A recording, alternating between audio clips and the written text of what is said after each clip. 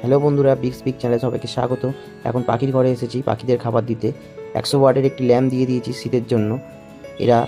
এদেরকে খাইয়ে দিতেই হয়। দেখুন কিরমভাবে খাচ্ছে।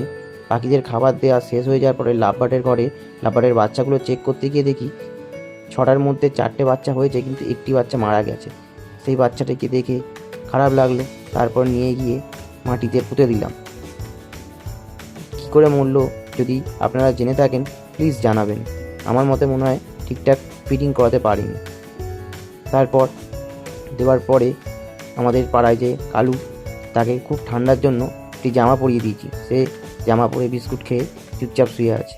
ঘরে ঢুকে অ্যাকোরিয়ামের মাছগুলোকে খাবার দিলাম। দেখুন খাবার দেওয়ার পরেই কিরম তারা একসাথে এসে খাচ্ছে।